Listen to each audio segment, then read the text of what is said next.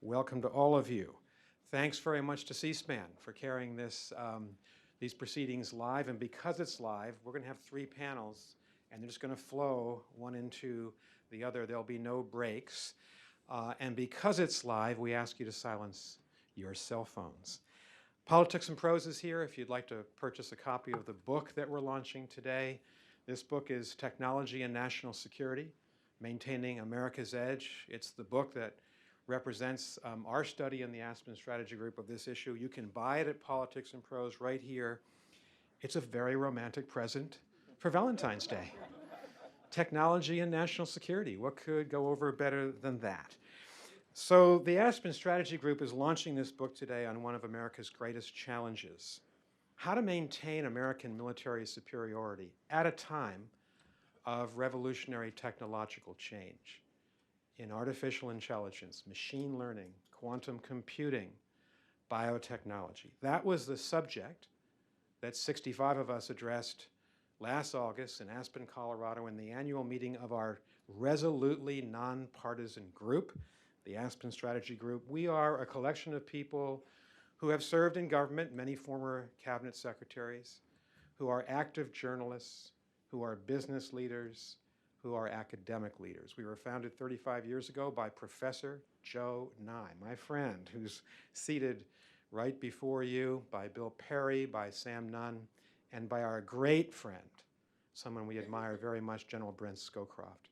And for 35 years, we believe that Republicans and Democrats can come together to talk, to debate, to plan forward the most important issues confronting the United States. And that's what we've done on this big issue of technology.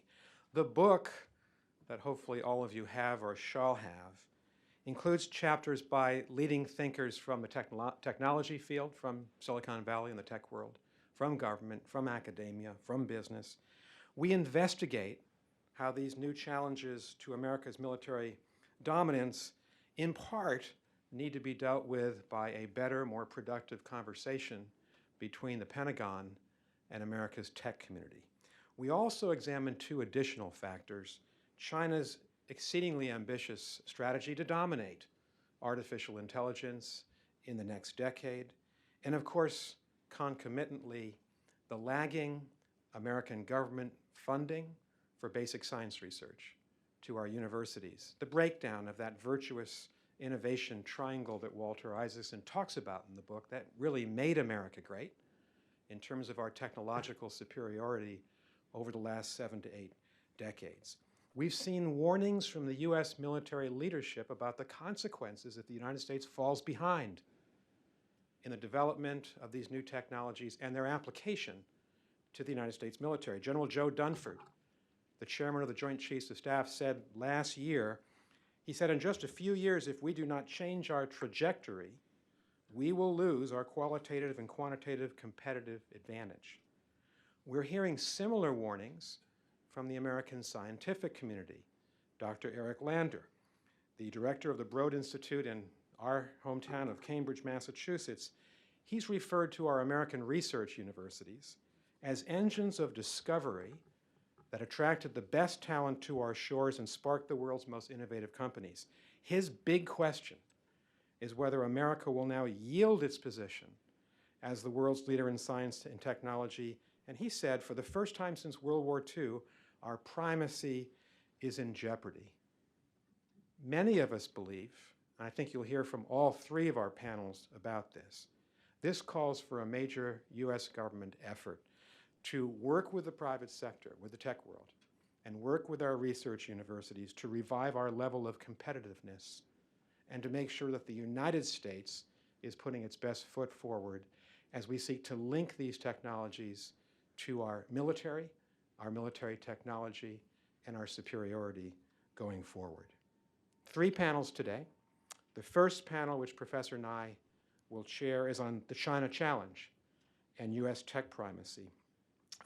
Panelists are Jack Clark, who is a director of OpenAI and who spoke at our conference and authored one of the chapters in the book. Tom Donilon, who is chairman of the Blackrock Investment Institute. You know Tom, longtime public servant, national security advisor for President Obama. Michèle Flournoy, CEO of WestExec Advisors, former U.S. Undersecretary of Defense. Tom, Michèle, of course, members of the Aspen Strategy Group. The second panel, which follows at 4 p.m., will investigate this innovation triangle that is now lagging behind, that will include Doug Beck, who's Vice President of the Apple Corporation, Chris Brose, Head of Strategy for Anduril Industries and former Staff Director of the Senate Armed Services Committee, Sylvia Burwell, President of the American University, former Director of the Office of Management and Budget, former Secretary for Health and Human Services, and Richard Danzig, who's now Senior Advisor at the Johns Hopkins Applied Physics Lab, former Secretary of the Navy.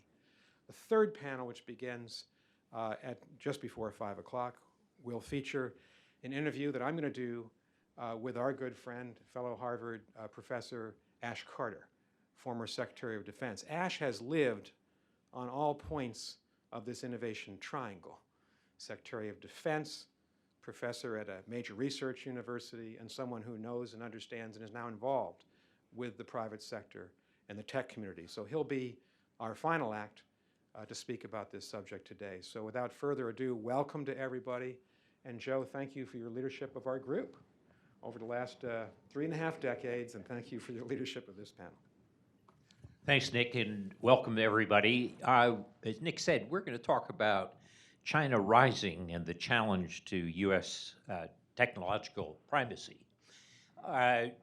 When you think about China rising, something that's been worrying me, and I've written about recently, is American attitudes, foreign policy attitudes, are kind of like a pendulum. They swing too far in one direction and too far in another.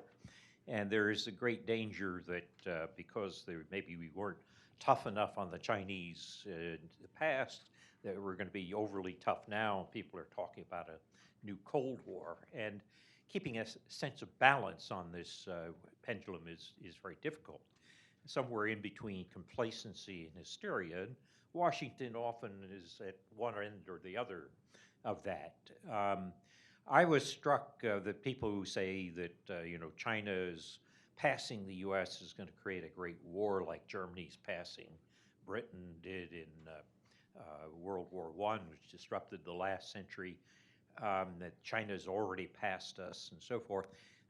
It's a bit exaggerated because Germany had already passed Britain by 1900, and the war wasn't until 14 years later. And what's more, if you look at China today, while some people say measured in purchasing power parity, China's bigger than the U.S., purchasing power parity is a measure of welfare, not power. And you don't import oil or jet engines by purchasing power parity. You do it at exchange rates. And China's about 60% of the U.S. if you measure it in that manner. But people say with time and growth rates of 6.5%, China will be bigger than the U.S. The guess is it might be in the 2030s or so. Though we have to be pretty careful about Chinese growth rates. I was in China beginning of this month and met with a number of businessmen. What struck me was having Chinese businessmen say that they thought the Chinese growth rate, which is officially 6.5%, at best was half of that and probably even less. So, and they said that as they make business plans, they use physical measures. They don't take the official numbers. So we don't know the answer based on the data that people have in the official reports. But there is another argument that even, for example, if there is too much hype and hysteria, which goes with policy fashions in Washington, there's an argument that this time is different. This time, in fact, because of AI, that China has a chance to leapfrog, that the normal progression that you would see would be much faster in the case of AI. And a good illustration of this is the recent book by Kai-Fu Lee, who knows a lot about AI, and who has argued that China will indeed be able to catch up, to reach Xi Jinping's goal of being #1 in AI by 2030. And people have always said in the past, it's because China will have a lot more data, and the machines learn from the data, and they'll have less restrictions on the data, no concerns about privacy. So China's machines and algorithms will learn more quickly, and that's how China will pass us.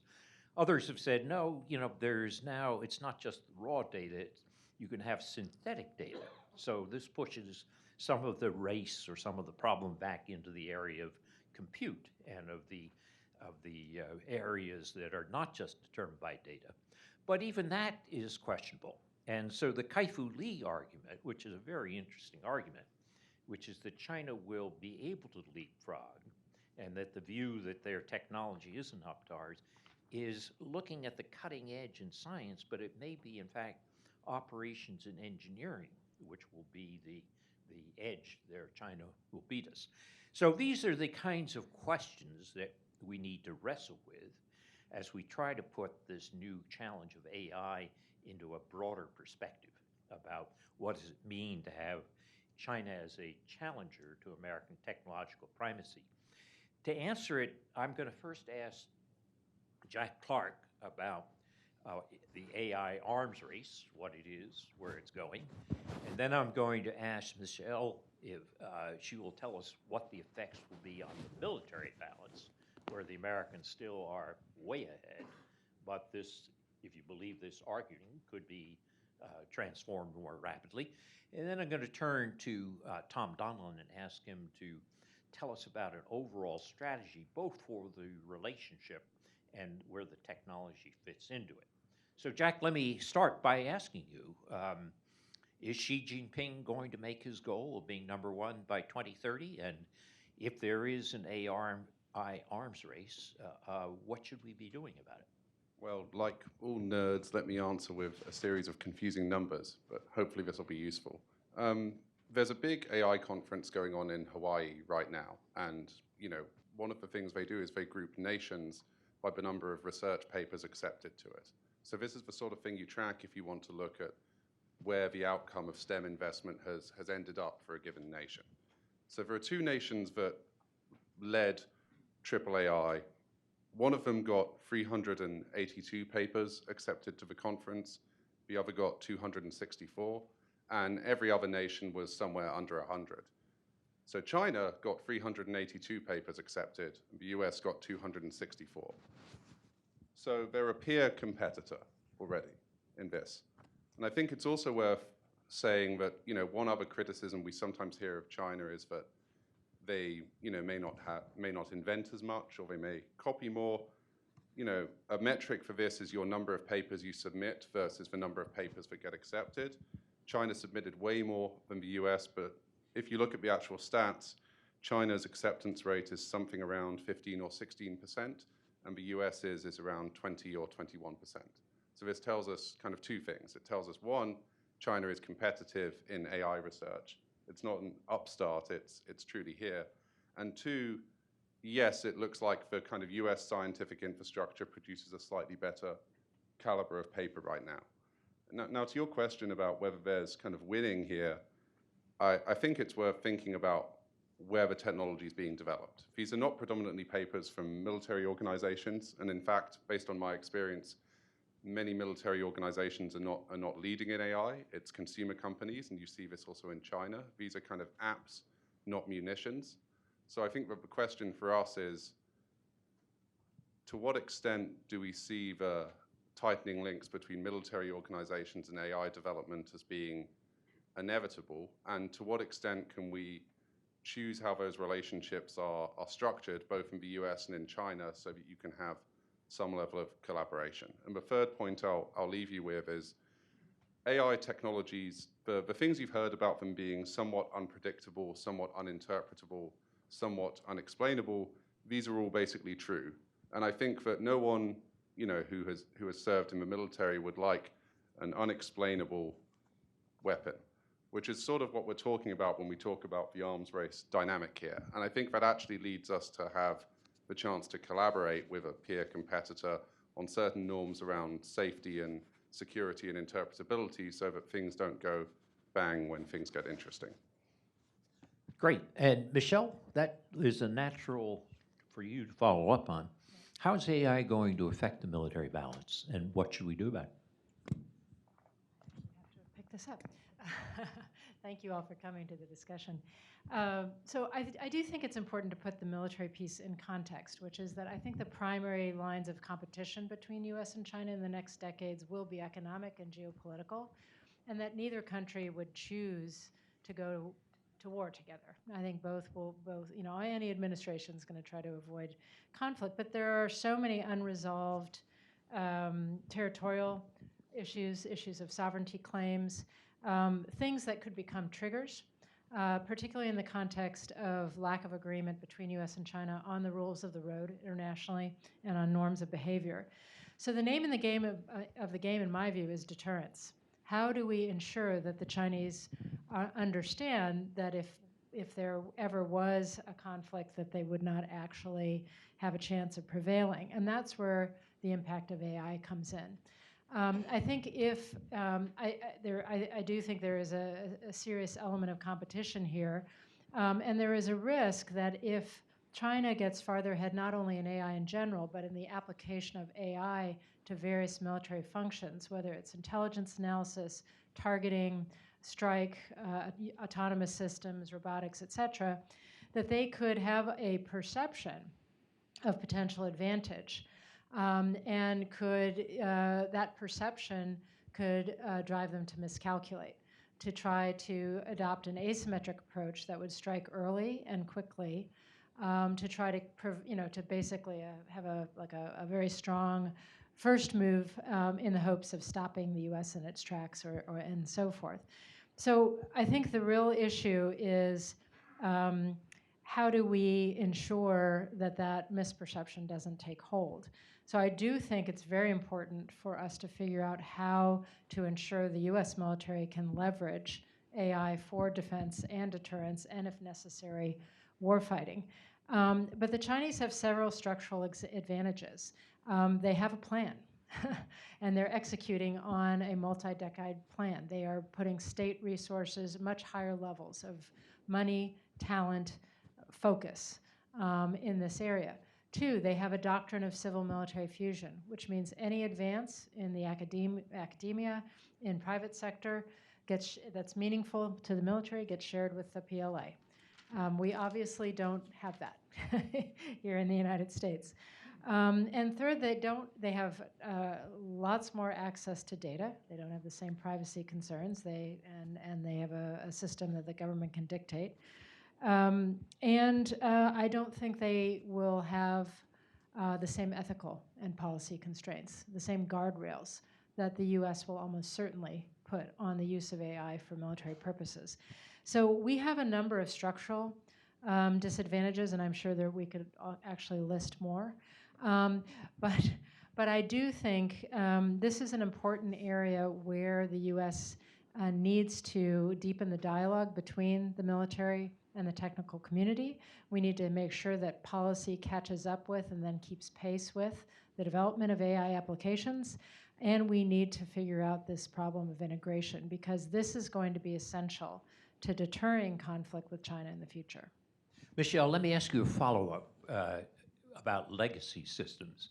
Sometimes people will say, and some Chinese have written about this, that the Americans may be very good at AI, but the Pentagon is not going to be as good at integrating it because we're prisoner of legacy systems. If you own a lot of carriers, you're going to invest a little less in swarms of unmanned drones, which are undersea and oversea, which could destroy your legacies. And it'll be like the cavalry and not wanting to give up horses. Is there a problem here? I mean, that China with only 2 carriers, or 1.5, by the way, some people count it, will actually be better at moving ahead in the military balance by integrating AI than we are because of bureaucratic inertia.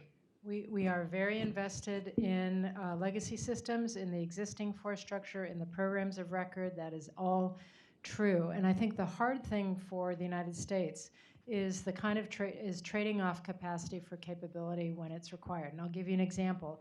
In an anti-access, error denial environment where the Chinese have created a ring or a certain range where anything in that zone, whether it's a carrier battle group or aircraft or what have you, is going to be vulnerable to being struck down.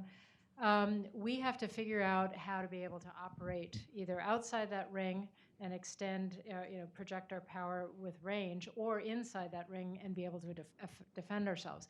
So it may be that at some point, X+1, that additional carrier battle group that we might be tempted to add, if you actually took that money and invested it in all of the capabilities that would make the existing fleet survivable, buy back range, make it effective again.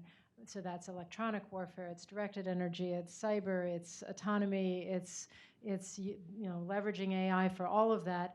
That capability trade-off, that buying capability and trading off some capacity may be very important. And I don't mean to pick on the Navy, because this is true for every single service, is going to be, where is that, they're going to have the question, where is that knee in the curve, where it makes more sense for me to modernize the legacy systems with the capabilities that will keep them survivable and relevant and not have quite as large a force.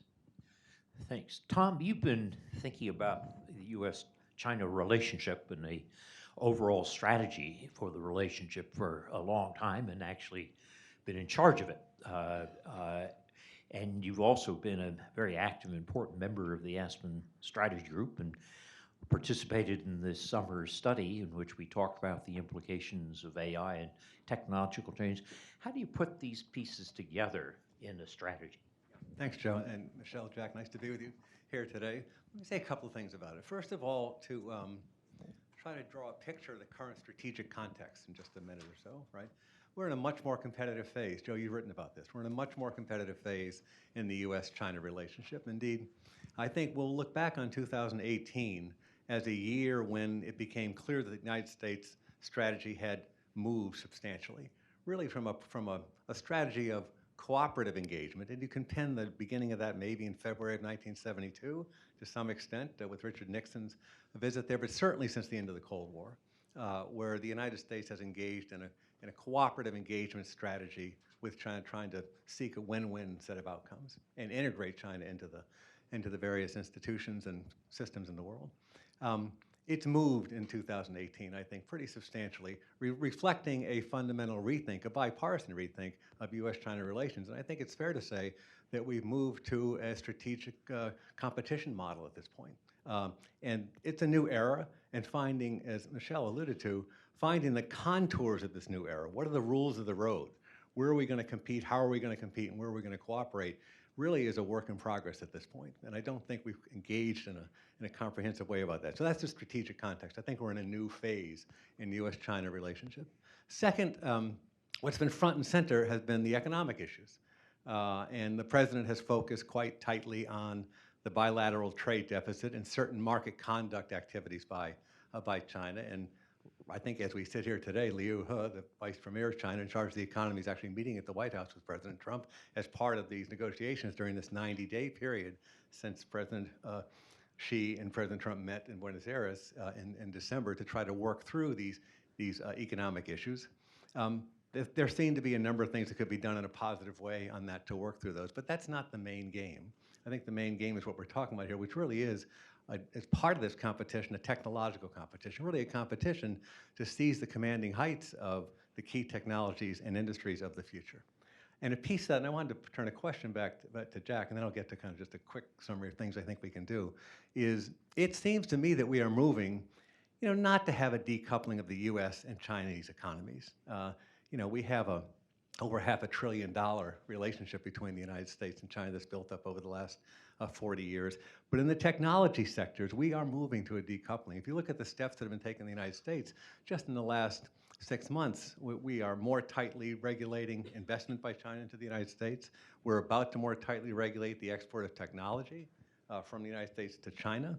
We are restricting pretty significantly research and student entrance into the United States in terms of cooperation. And we're moving to identifying entities that we think are a security threat to the United States and undertaking global efforts to ensure that they don't do things like build the 5G infrastructure. There's a global effort against Huawei based on our security and in some of our economic concerns.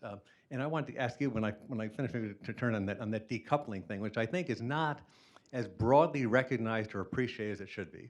Now last, a couple of points on what we should do. And Michèle indicated, I think, touched on a lot of this. We obviously have a comprehensive strategy that is geopolitical and diplomatic, which is supporting allies, building the right defense doctrine and weaponry to defend ourselves and to continue to play the role we've played for over half a century as providing the security platform in East Asia, on which Asian development and security has been, Asian development and economic growth has been built. There's an ideological aspect to this, which we haven't discussed a lot, I think, in terms of, China has a full alternative model on offer. But on the technology piece in particular, Joe, I'll finish on this. I think there are a number of things that we can and should do. The discussion to date has been almost all about things we're going to try to change in terms of Chinese behavior. Chinese behavior in terms of purchasing U.S. goods and services, which is positive. Chinese behavior in terms of not undertaking steps which are unfair and the global economic sphere, that's all to the good. We have had almost no discussion in a comprehensive way about what we're going to do on this side in order to meet a challenge which is, as Jack describes, is coming from, in many ways, a peer scientific and technological competitor.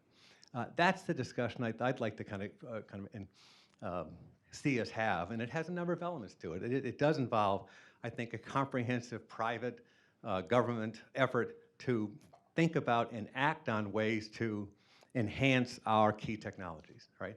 It does involve, an example of that, by the way, is artificial intelligence. The Obama administration put out 2 reports in October and December of 2016 on a strategy for this.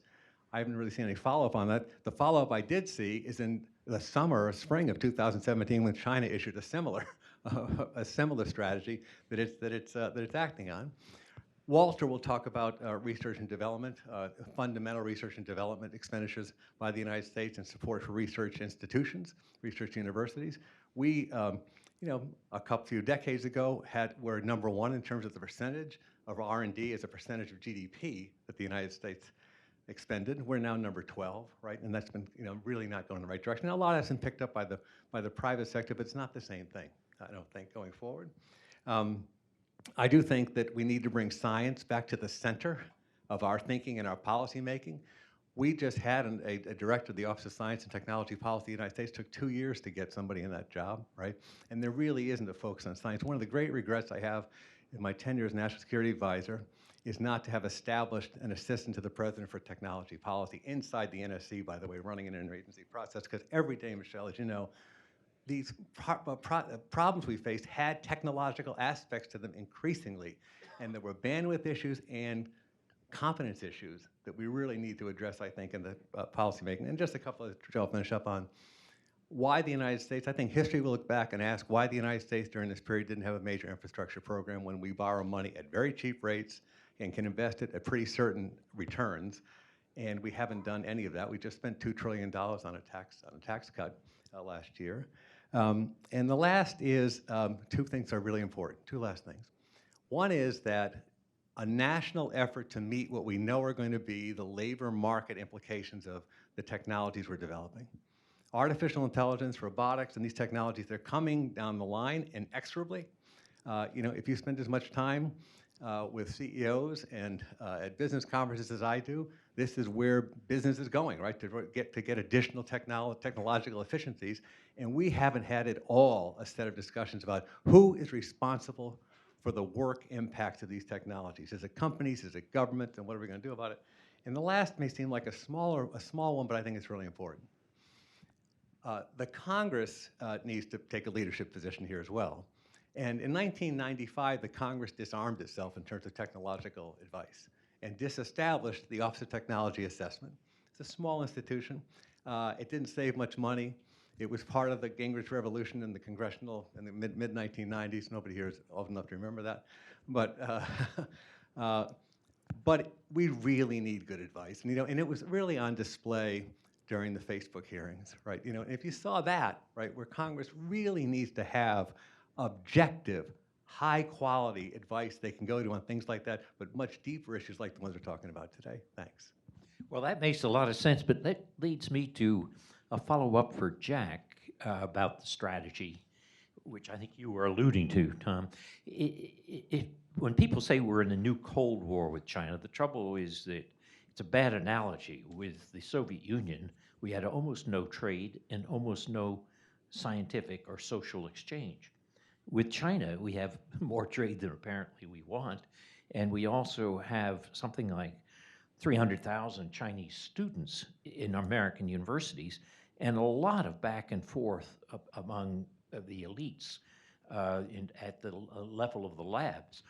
As Tom pointed out, on the investments and economic behavior with companies, we've upgraded CFIUS. We're taking that much more seriously.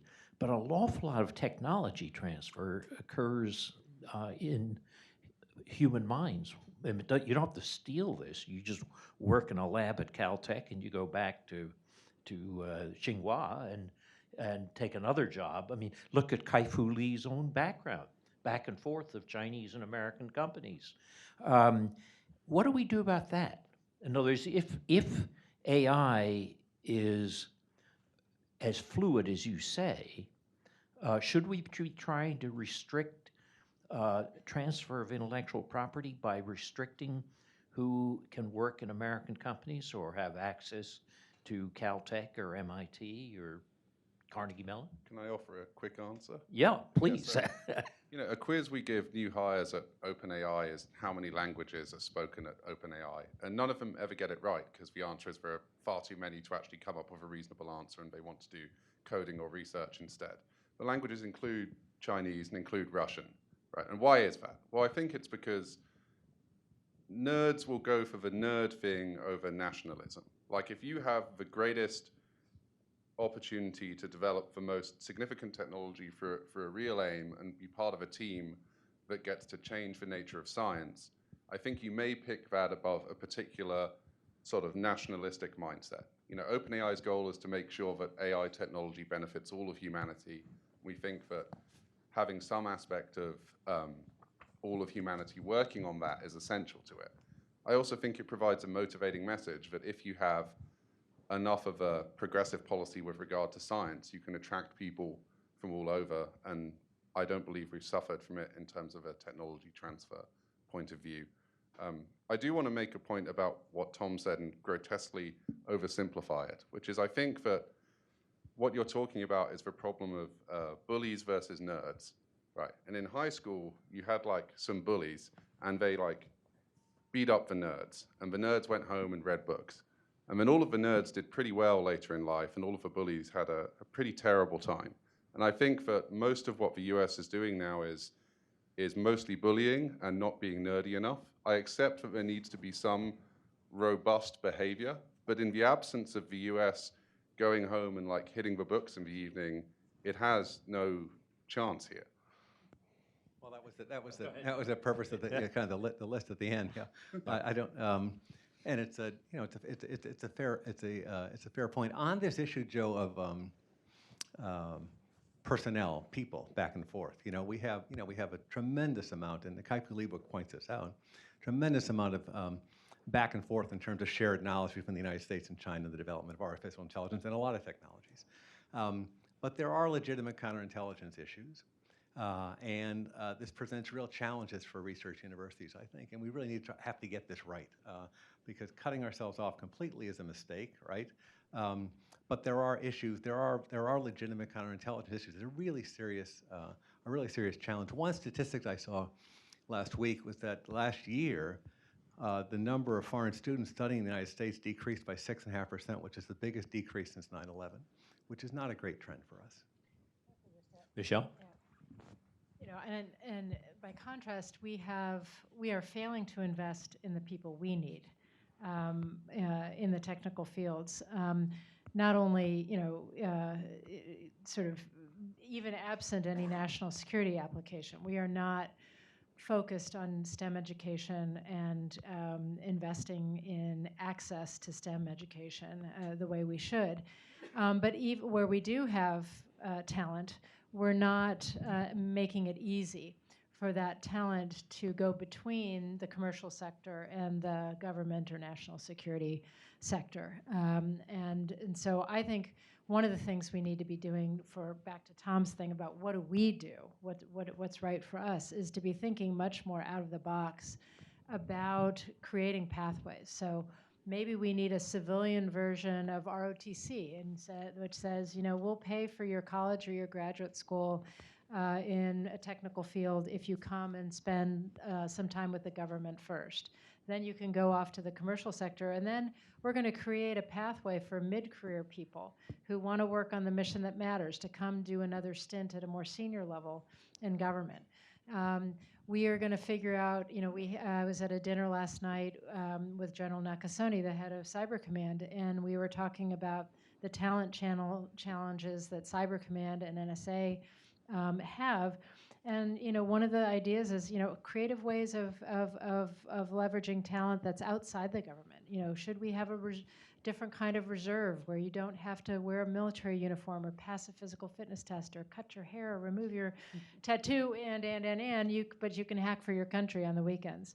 And if you can't get a security clearance, so you use a different set of data, but you still use the talent to develop the tactics and the procedures and the problem solving that you need. So we are not being innovative and at our best in terms of how we use the talent we have and how we develop more. And there's also the point that if we become too restrictive, we cut off new sources of that talent. I saw a figure recently that more than a third of Silicon Valley startups in the last decade were started by immigrants from Asia. And so in that sense, to be too restrictive on that would be to basically cut off talent that we need. So it's getting a strategy right. As I started out with the pendulum becoming too hysterical or too complacent, getting that point in the middle is not going to be easy. But we won't get it right unless we have this missing piece. And this missing piece is what we are going to do to meet the challenge. Right. Well, we're going to throw it open to the audience. We have 15 minutes left in this panel, and that was the time that Nick allocated for audience Q&A. So over to you. Who would like to ask a question? Anyone? Ali? Is there yeah. Thanks, Professor Nye. I'm Ali Wine. I'm a policy analyst at the RAND Corporation. We've talked about this term, an AI arms race, long-term competition between the United States and China. How do we measure winning? What would it mean to win in an arms race if there is one occurring? What would it mean to win in long-term competition between the U.S. and China? How do we define the term? Tom, you want to start? We'll go down we'll each with quick answers go down the line. Well, it depends. I mean, there would be different definitions in each sector, right? You know, I think with respect to, and Michèle can give a lot more depth in this than I can. With respect to our military side, it would be having the ability to continue to maintain the role we have in the Western Pacific to provide basically the platform on which you can have peaceful economic and social development. I think that's kind of a first piece to it.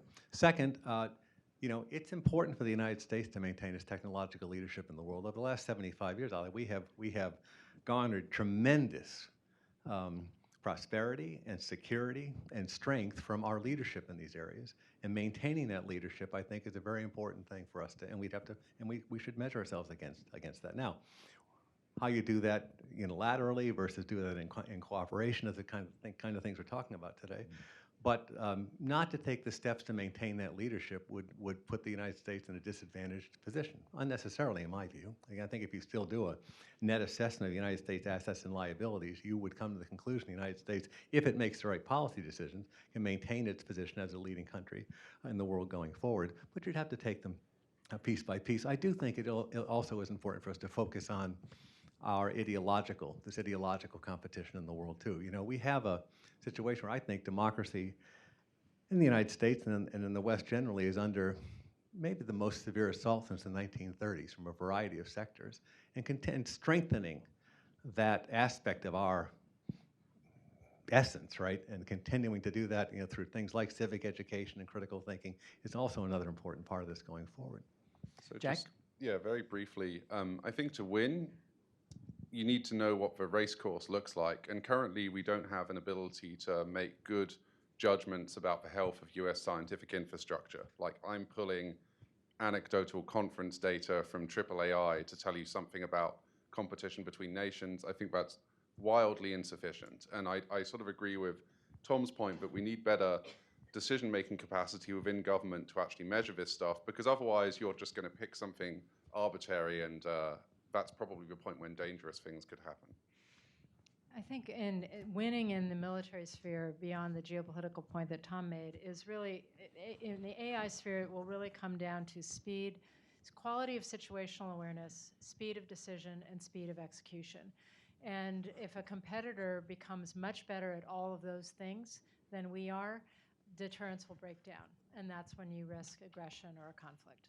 Michèle, I have to ask you about what's the implication of that for the third offset, which was the argument in the Defense Department near the end of the Obama administration, that we had always been able to offset our opponents' military capabilities by having a technological edge.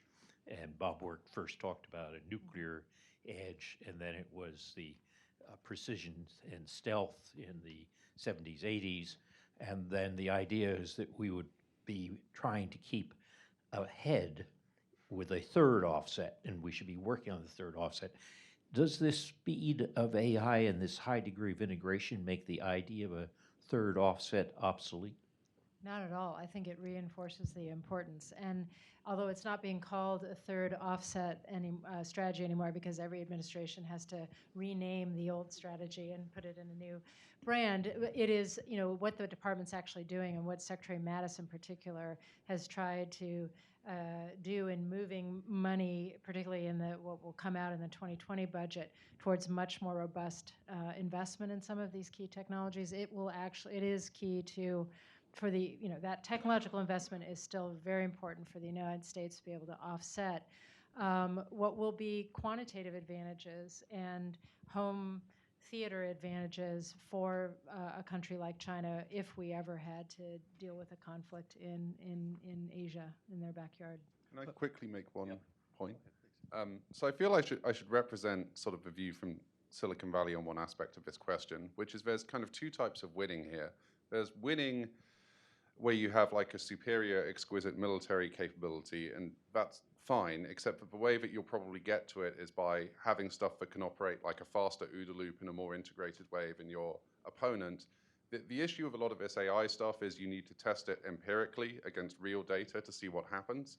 And I think that it is worth bearing in mind that if you have a race dynamic which leads to you fielding like who can have the fastest OODA loop with increasingly integrated decision-making capabilities that need to be empirically tested because you don't have theoretical guarantees, then if you win, something really dangerous might happen while you win. And we really don't want that to happen.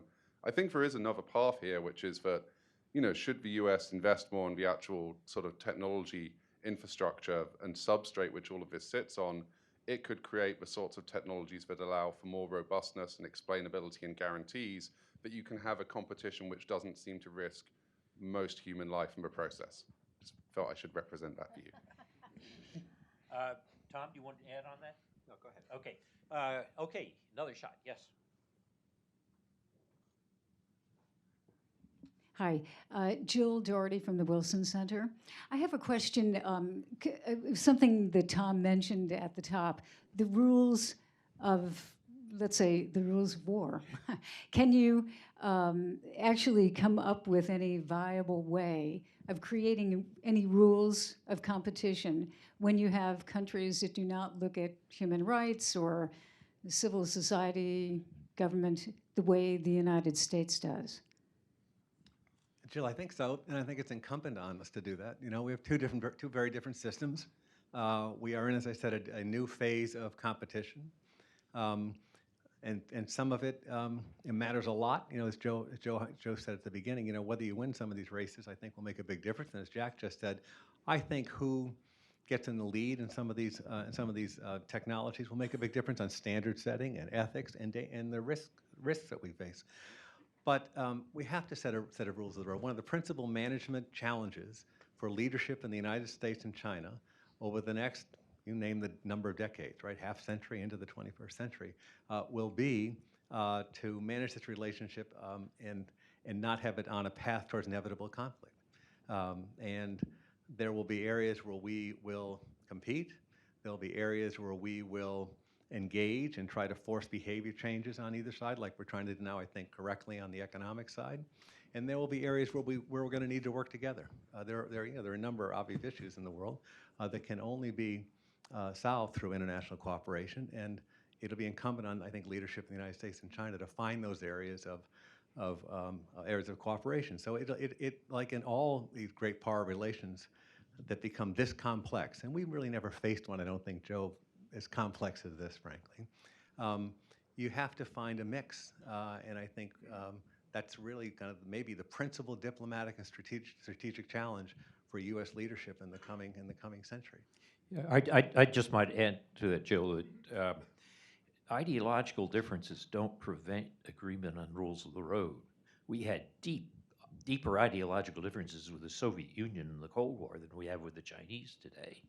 And yet we were able to sign a number of arms control agreements, non-proliferation treaty, but even things like incidents at sea agreement, which restricted the way we behaved in terms of incidents at sea. So I think it's quite plausible to think of negotiating out of self-interest rules of the road, even when there are deep ideological differences. Can I just add one point beyond the bilateral rules that we can negotiate?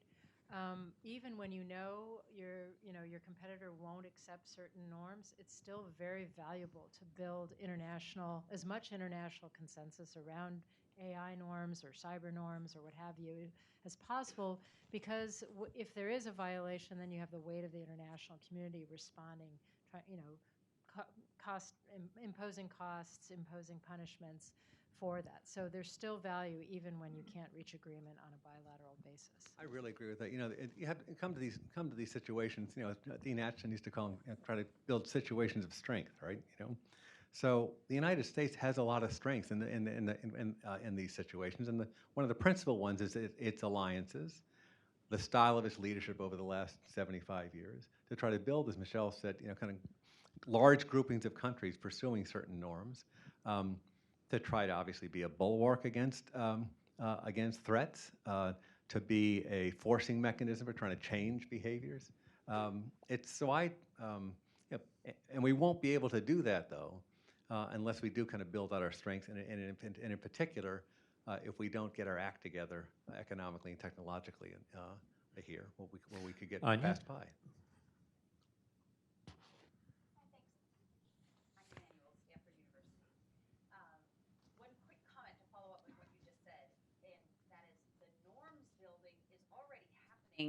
More than you would expect. For example, with the Chinese scientist with the HIV baby, who did a postdoc at Stanford, unfortunately, a sledgehammer came down on him in China. And there aren't really any good norms around gene editing and CRISPR yet, but I was positively surprised by that. My question to all of you on the panel is, on the technical decoupling, it feels like we've just done the low-hanging fruit. We clearly had to reform CFIUS. We should tighten up export controls a little bit. But now what? Now I think it gets really hard, because when I talk to folks out in Silicon Valley, they don't actually want to shut down their AI labs in China.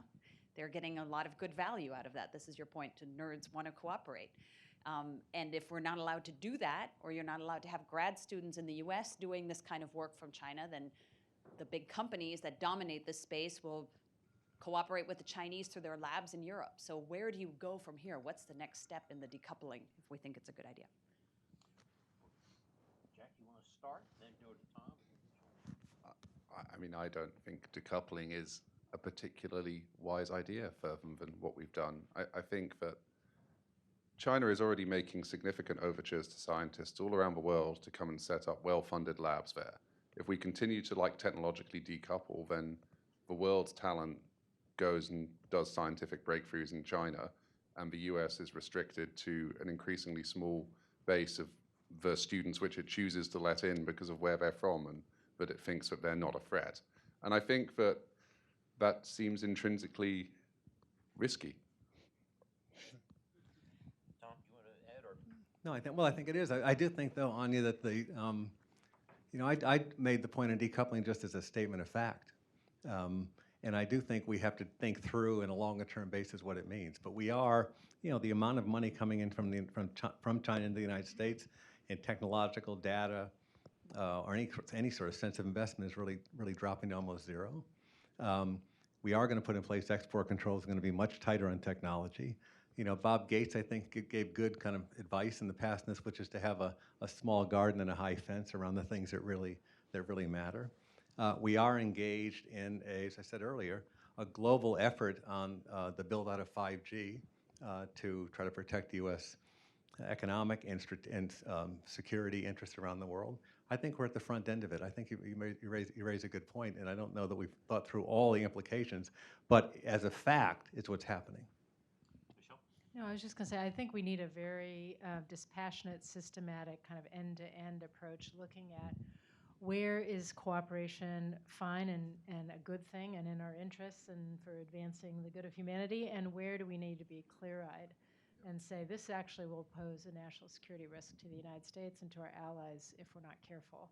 I'm hopeful that this is the kind of topic that the new commission that's been stood up, the National Commission on AI, will get after. It's definitely going to get after Tom's agenda of what should we be doing to better compete.